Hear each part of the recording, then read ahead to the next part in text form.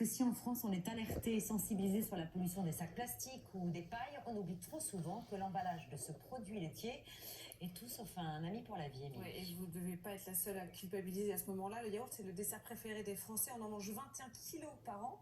15 milliards sont vendus chaque année et chaque seconde, 500 pots de yaourt sont jetés en France. Nous sommes donc accros à ces petits pots à usage unique. Nous ne savons d'ailleurs pas le consommer autrement. Qu'est-ce qu'il y a? Ça vous étonne, Richard Berry qui mange un sucette, là? Trop de cholestérol, essayez de leur canal. Lorsque votre ventre sourit, vous souriez aussi. Active Adrenaline, votre bien-être commence à l'intérieur. Fly.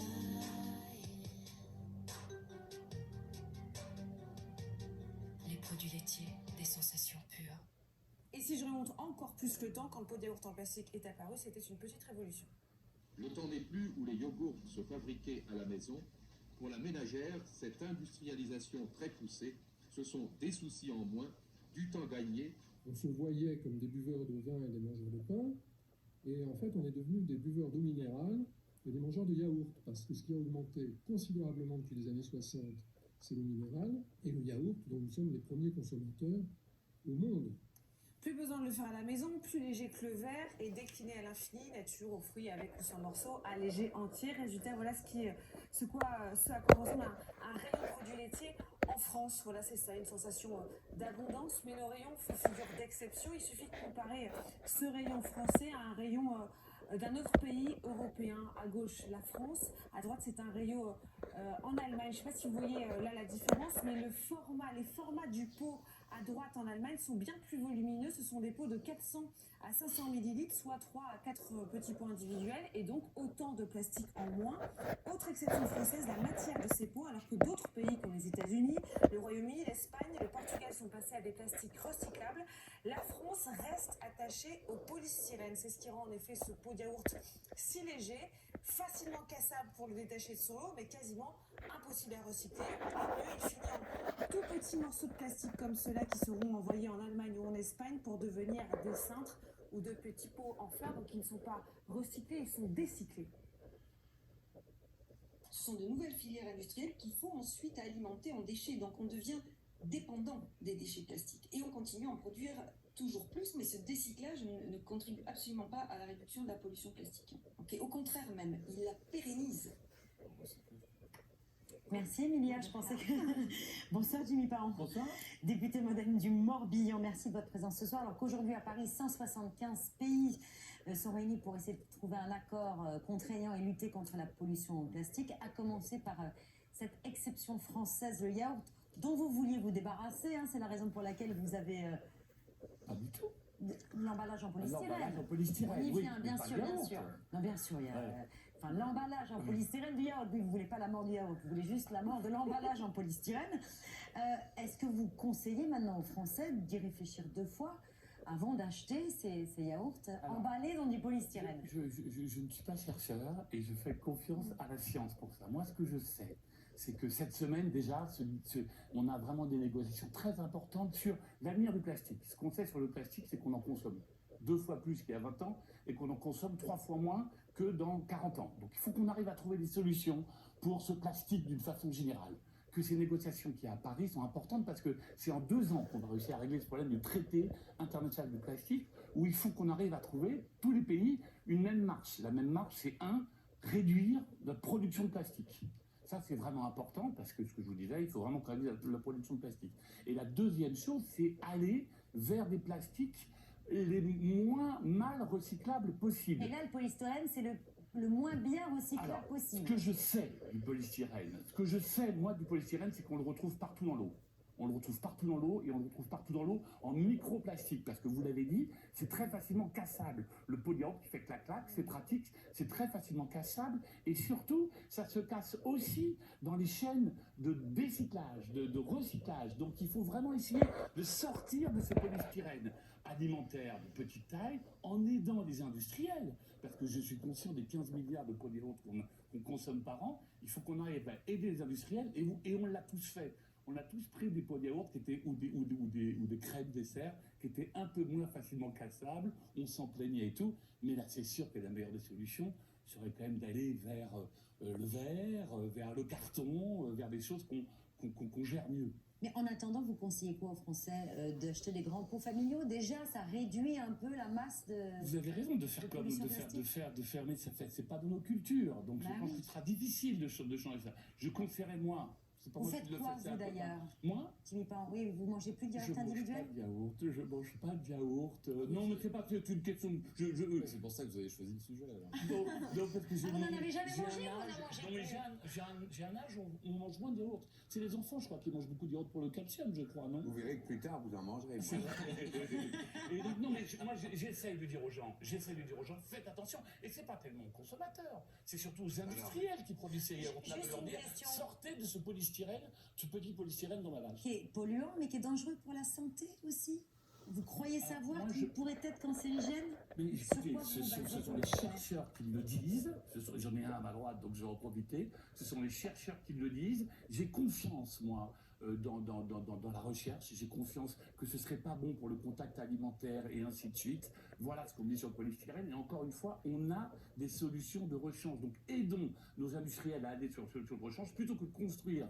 Et ça, vous ne l'avez pas dit, parce que nous, on a voté plusieurs lois. On a voté dans la loi climat et résilience l'interdiction du polystyrène alimentaire à l'Assemblée nationale. Le Sénat a dit, mais vous êtes sympa, monsieur Parrain, mais on s'est engagé à recycler à faire que tous les plastiques soient recyclables d'ici 2025. Oui, c'est une loi quand même qui a été vidée de sa substance. On n'y parle plus du tout de polystyrène. Justement, c'est ce que vous dites. On l'a englobé dans le plastique. 2025, or, le polystyrène, on ne le recycle pas. 2025, c'est demain. Donc, qu'est-ce qu'on fait? Soit on met des milliards pour aider un recyclage. Vous parliez tout à l'heure de recyclage fatal, de downcycling, qui permettrait peut-être à ce polystyrène de servir une fois en cintre ou de servir une fois en petit pot de fleurs. Moi, ce que vraiment j'essaye de faire, c'est d'aller comme le vent d'eau. Je sais pas, on a tous bu de l'eau pétillante verte et rouge longtemps. Vous avez vu que les bouteilles ont changé. Les bouteilles ont changé parce que ces colorants qu'on mettait dans ces bouteilles ne passaient pas non plus au recyclage. Donc voilà. C'est badois, je le dis pour les téléspectateurs qui chercheraient de quoi il s'agit. Ah, le colorant était dangereux, donc ça y est, on est passé à autre chose. On est passé à autre chose, on est passé à une bouteille blanche.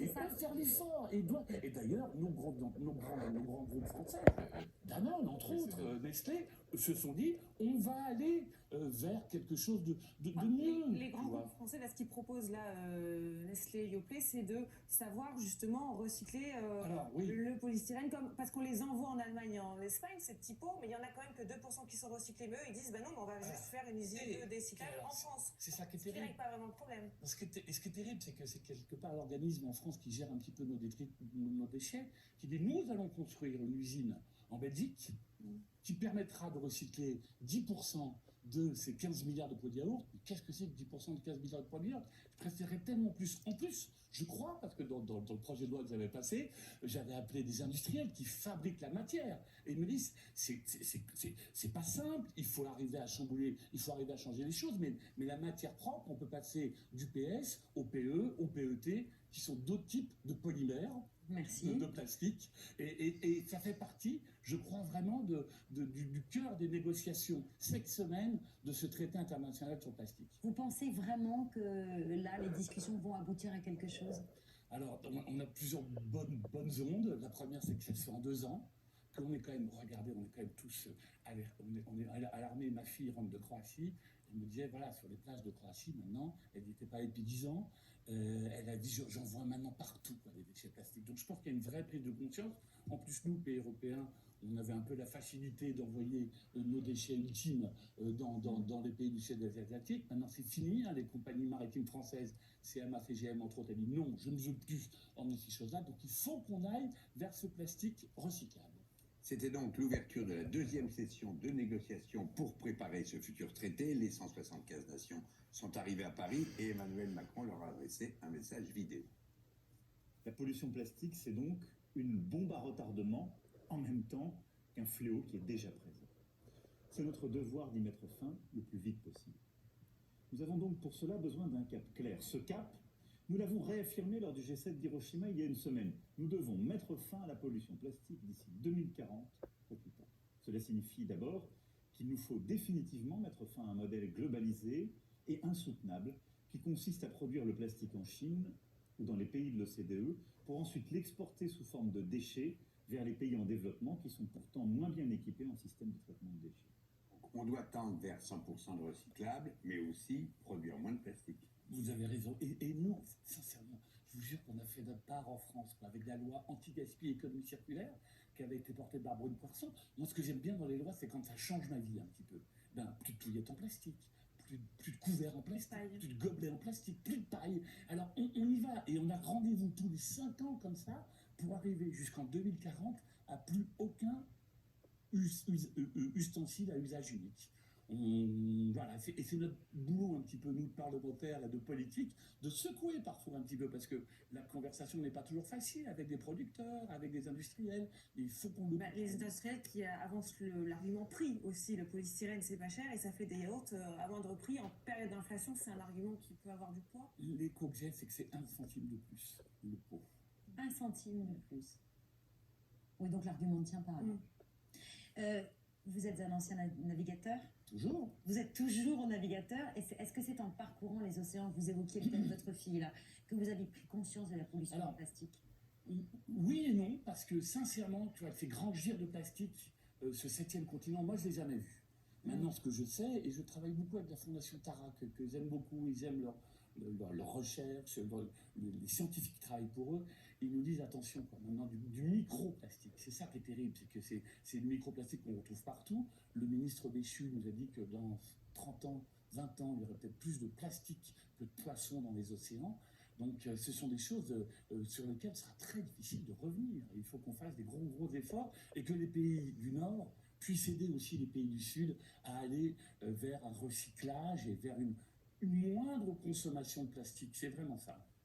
Vous allez continuer à manger des yaourts, professeur Monimard? Dans des pots en verre. Le message est passé ce soir. Merci Jimmy Paron, député modem du Morbihan, d'être venu ce soir sur le plateau de C'est à vous. Vous restez avec nous? Avec bonheur. C'est l'heure de la story de Mohamed Bouafsi.